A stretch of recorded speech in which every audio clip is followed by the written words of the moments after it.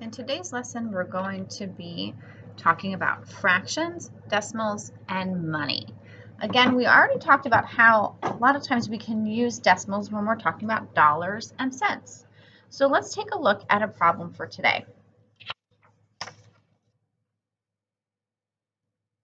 Julie and Sarah have $1 in quarters. They want to share the quarters equally. How many quarters should each girl get, and how much money is this? Okay, so they have $1 in quarters. So let's see, how much is that going to be? So I have 25 cents, plus another 25 is 50 cents, plus another 25 is 75 cents, plus another 25 is 100 cents, and 100 cents is the same as $1. So they have $1 in quarters. 4 quarters equals $1. 4 quarters equals $1. So we can write these out as, when we write dollars and cents, $0.25, okay, is worth 1 quarter. So another quarter, 25 cents. But really we're saying, well, that's 25 hundredths, right? If we took the dollar away, it's 25 hundredths of $1.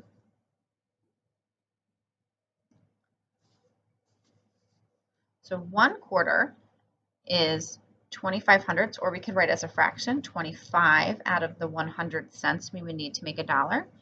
And it's also, look, if we broke it into 4 equal pieces, 1 quarter is 1/4. 1/4 of $1. All of these are equivalent. 1/4, 25 hundredths, or 2500 to 25 cents of $1.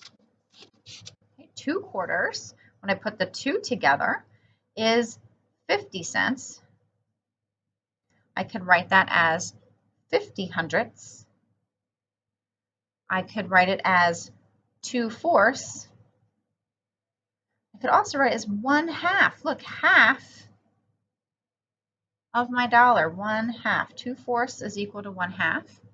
But all of these are equivalent ways to name the same amount, to name 50 cents. 50 cents, or 50 hundredths, 2/4, and 1/2. They're all equivalent. So if the girls were going to share the quarters, one girl will get half of the quarters, 2 quarters. The other girl will get 2 quarters as well. So they would get 2 quarters each. And those 2 quarters are 50 cents, or $0.50. Okay, let's take a little bit more of a look at our coins and what fraction or decimal they represent. So again, $1 is 100 cents, right? $1 equals 100 cents. It is, we say $1. We put the hundreds place even though we don't have any hundredths. Okay, so I would fill this whole 100 chart in to show, I'd have to have color all of them in to show all 100 cents that make up my $1. If each of these cubes was a cent. So that's 100 cents. How many dimes? How many dimes make up $1? How many dimes would I need to make $1? What do you think? Well, 1 dime is 10 cents. So 1 dime is 1/10 of $1. Each dime is 1/10 of $1. There we go.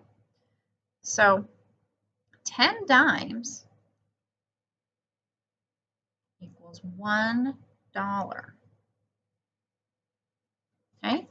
Each dime is 1/10 of $1, or 1/10 of $1. You can write it as dollars and cents as 10 cents. So 1/10, 1/10, because every dime, we need 10 dimes to make that. So every dime is worth 1/10 of my $1. So 1 dime would be worth this 1/10. 2 dimes would be worth 2/10. 3/10, 4/10, etc. So we can write it as dollars and cents like this, or we can say 10 cents for 1 dime. Let's take a look at our pennies.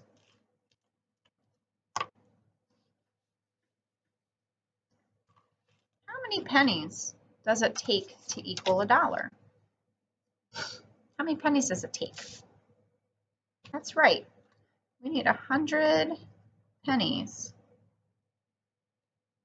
to equal $1. 100 of them. So once you have 100 pennies, you have the same amount as a dollar. I can show that on my 100 grid. 1 penny would be worth 1/100th of an entire dollar. If my grid here was a dollar, 1 penny would be 1/100th. Okay, so 1 penny is 1/100th of a dollar, or I can write it as a decimal, 1/100th of a dollar.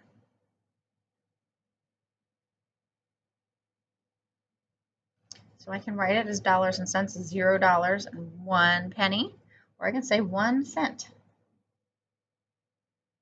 Either way, 100 pennies. So each penny is like 1/100th. When we're talking about hundredths and tenths, a penny is like 100th. A dime is like a tenth. Okay, so we're going to do a little bit more with our dimes and pennies and our coins and dollars in our next video.